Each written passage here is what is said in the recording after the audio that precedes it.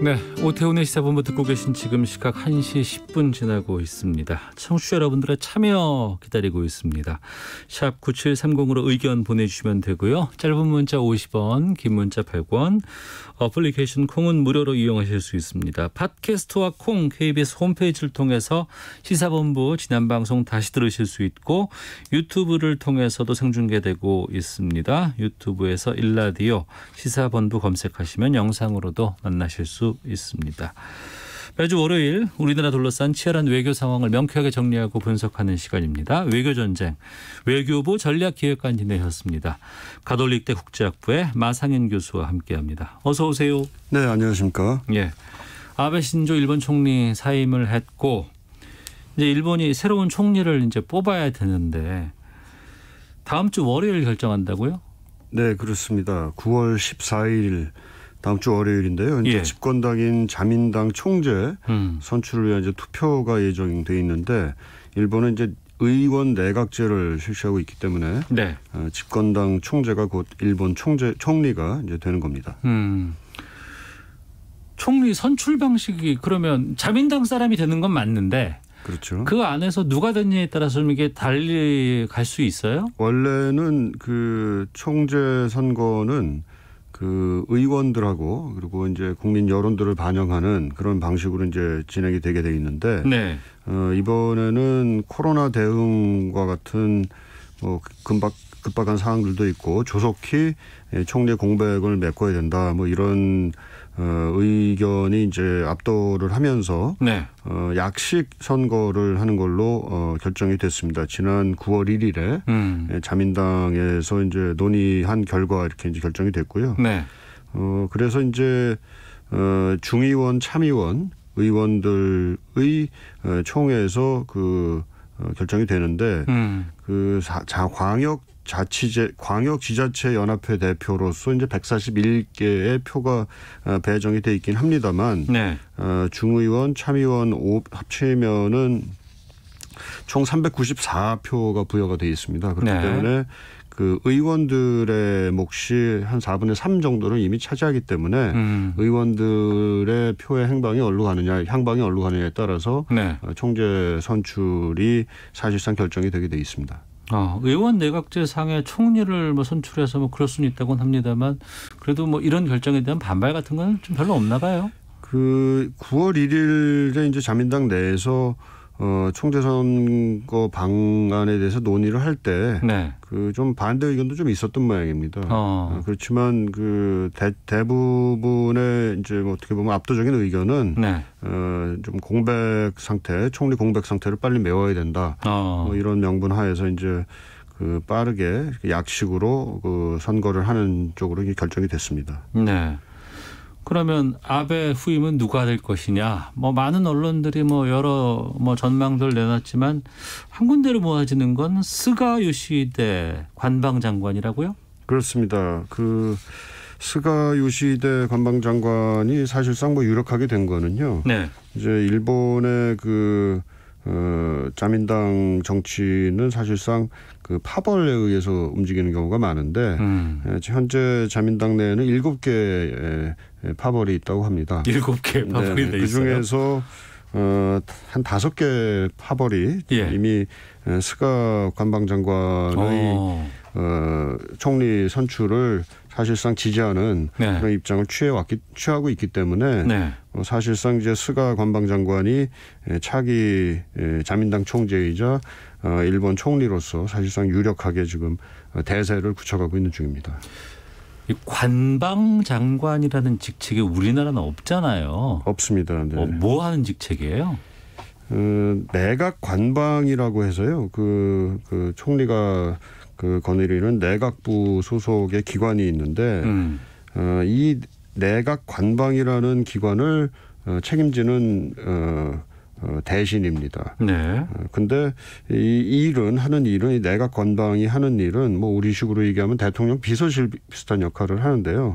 내각의 서무, 주요 정책 기획과 조정, 정보 수집 뭐 이런 업무들을 이제 담당을 합니다. 거기에 더해서 관방장관은 이제 우리식으로 얘기하면 또 그 정부 대변인 역할을 합니다. 그래서 그 정부의 정책이라든지 또 주요한 사항에 대한 입장을 보고 국민들에게 얘기하고 뭐 이런 언론에 노출되는 경우들도 굉장히 많기 때문에 네.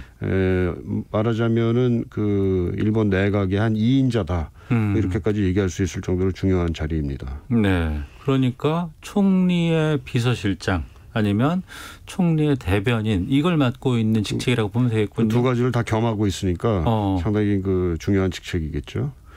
그러면 이 스가 관방장관은 개인적으로는 어떤 인물이에요? 네, 좀 독특한 이력의 소유자인데요. 1948년 12월생이니까 뭐 만 나이로 하면 71세입니다. 중의원 8선을 지닌 상당히 관록 있는 정치인이기도 하고요. 네. 그리고 아베 내각이 이제 2012년에 생기면서 그때부터 계속해서 관방장관을 지금까지 한 8년 가까이 역임을 하고 있는 중입니다. 말씀하신 대로 어떻게 보면 흑수저라고 이제 얘기를 하는데요. 아, 스가 장관이? 그렇습니다. 이제 그 집안도 뭐 이렇게 그 다른 뭐 어떻게 보면 정치 유력 집안 출신도 아니고. 그 일본이 그 정치 가문이라는 게 있고 그렇죠. 계승 같은 거 승계 같은 걸 많이 한다면서요. 그렇죠. 아베 지난번에도 말씀드렸습니다. 아베 총리도 사실상 그런 정치 가문 출신이고 그렇습니다. 네. 그렇지만 스가 장관은 농촌 출신이에요. 그리고 아버지도 뭐 농사를 짓고 그랬던 분인데 그러니까 대학도 또 어떻게 보면 아주 명문대 출신도 아니고요. 네. 그래서 그 원래는 집에서는 농대를 가라 이렇게 했는데 본인이 그 뜻한 바가 있어서 동경으로 이제 상경을 해서 호세이대 법학부를 졸업을 했습니다. 뭐 각종 아르바이트를 다 하면서 이제 졸업을 했다고 합니다. 주경대학을 네. 하면서요. 그리고 이제 대학 졸업 후에 잠깐 이제 회사 생활을 하다가 이제 뜻한 바가 있어서 의원 비서관으로 일을 하기 시작하면서 이제 정계에 어떻게 보면 입문을 했고요. 네. 먼저는 요코하마 시의원으로 당선이 돼서 한 8년간 시정과 관련된 일을 했고 그리고 96년도에 중앙정치에 이제 입문을 하게 되는데 중의원에 그때 이제 당선이 됐습니다.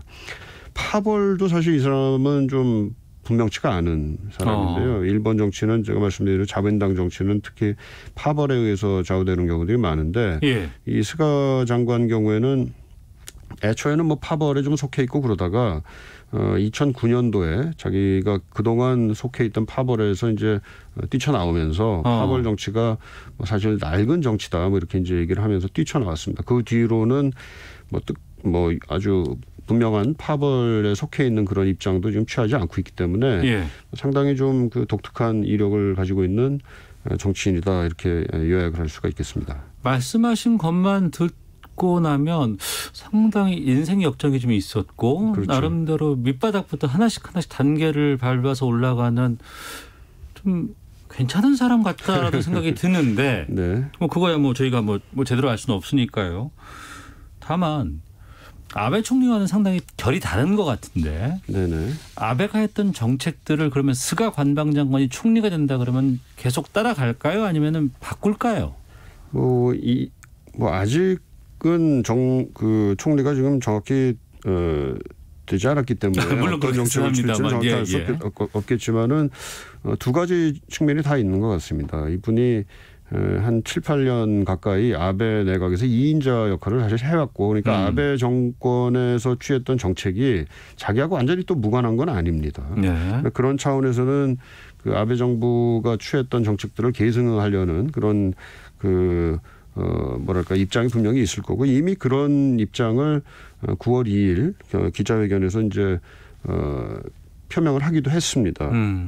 하지만 말씀을 하신 대로 또 본인의 성장 배경이라든지 출신 배경이나 뭐 여러 가지 이제 생각들이 네. 아베 군하고 또 완전히 똑같을 거라고 또 기대하기는 또 어려운 측면도 있죠. 그러니까 그런 측면에서는 뭐 조심스러운 변화랄까요? 뭐 이런 것도 조금은 기대해 볼 수 있는 여지가 없지 않다 이렇게 말씀드릴 수 있겠습니다. 네. 하지만 또 대통령제도 아니기 때문에 또 개인적으로 무언가 신념이라든가 뭐가 있다고 해도 의원 내각제에서 그걸 그렇죠. 어느 정도 네네. 관철할 수 있을지 좀 궁금하긴 합니다만. 그것도 중요한 포인트인데요. 예. 이제 이 스가 장관이 그 이제 말하자면은 대세론을 이제 총리 대세론을 이제 굳혀가고 있는 중이다 그랬는데 이 어떻게 해서 그렇게 그 뭐 파벌도 없는 이런 사람이 대세로 떠오를 수 있었나 이런 걸 따져보게 되면 네.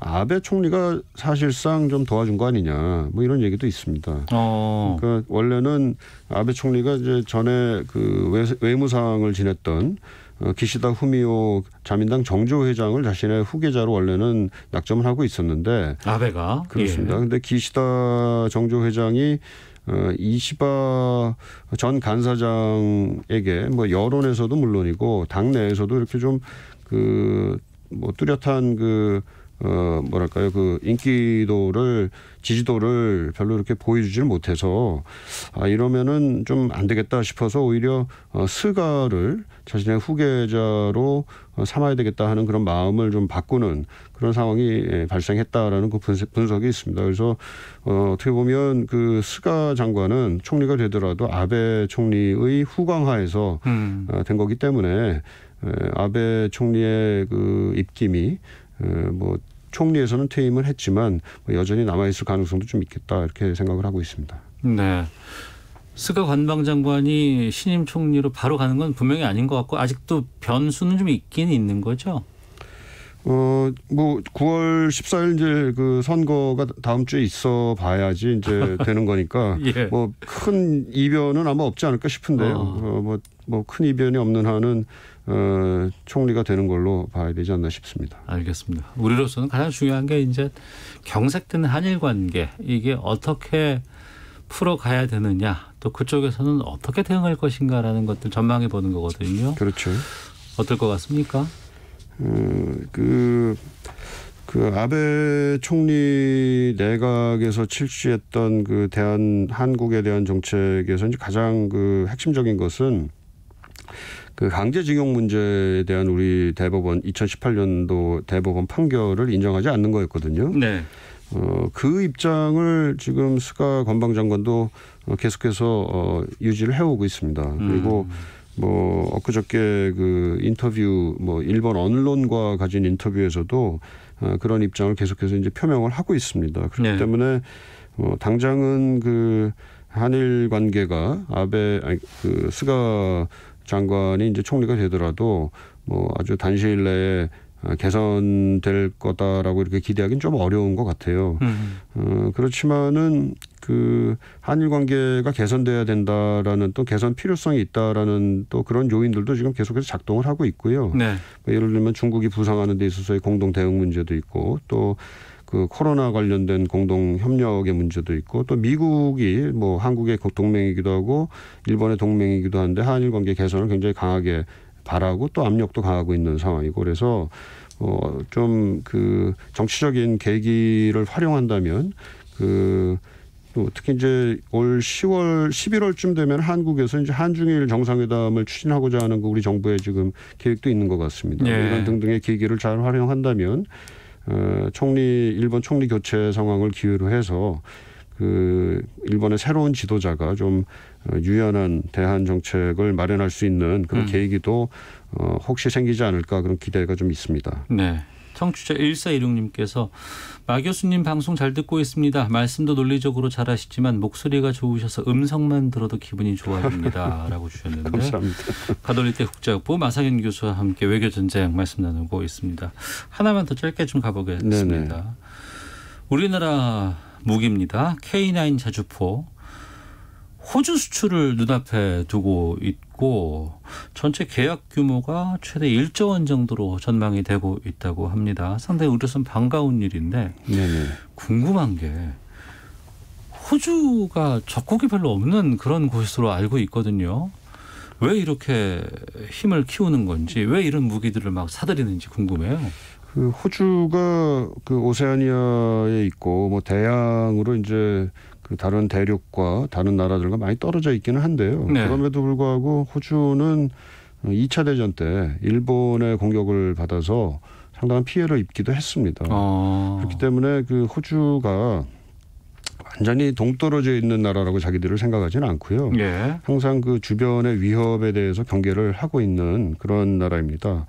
예를 들어서 호주와 인도네시아가 굉장히 그 인접해 있는 국가이고요. 그렇죠. 인도네시아 섬이 밑으로도 쭉 내려와 있으니까. 그렇습니다. 인도네시아 자체하고 뭐 이렇게 적성국은 아니지만 인도네시아가 상당히 그 인구도 많고 동남아시아에서 굉장히 강력한 국가로서 뭐 거기에 대한 그 긴장감도 뭐 지금은 없지만 과거에는 다소 있었습니다. 특히 지금은 중국의 군사력이 상당히 이제 팽창을 하는 가운데에서 중국의 군사력 또는 영향력 지역 내에서 영향력 확대에 어떻게 대응할 것이냐 하는 게 이제 호주로서도 초미의 관심사고요. 네. 호주는 미국과의 동맹을 또 맺고 있는데 우리와 비슷하게요. 미국의 그 안보 지원이 혹시라도 조금 쇠퇴하지 않을까 하는 그런 염려도 또한 가지고 있습니다. 그렇기 때문에 스스로의 국방력을 키우는데 또 상당한 관심을 현재 기울이고 있는 중입니다. 그 선택으로 우리 무기를 선택했다는 게 참 다양스러운 일이 아닌가 싶기도 모르겠습니다. 이 자주포 선택한 것이 그런 그 대중 차원인지 아닌지 잘 모르겠습니다. 하여튼 우리 그 자주포가 K9 자주포가 또 다시 한번 명품 무기로서의 그 우수한 성능을 인정받았다는 차원에서 상당히 좋은 소식이라고 생각합니다. 알겠습니다. 1179님도 동감입니다. 꿀보이스 마 교수님 이렇게 문자 주셨네요. 가톨릭대 국제학부 마사균 교수님과 함께 외교전쟁 여기서 인사하도록 하겠습니다. 오늘 말씀 고맙습니다. 네, 감사합니다.